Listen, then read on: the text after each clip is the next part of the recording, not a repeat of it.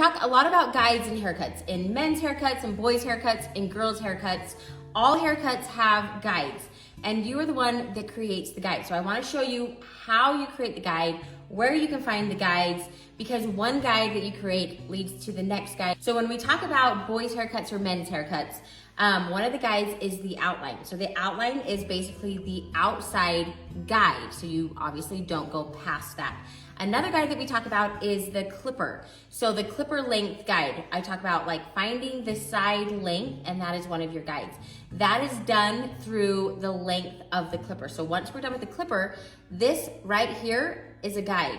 When we cut the top and we do that middle mohawk section and we create this middle part to set the guide on the top, that is another guide. So it's all about connecting the guide. So when you connect the clipper guide and the top guide, what you're essentially doing is connecting this and connecting this with a straight line.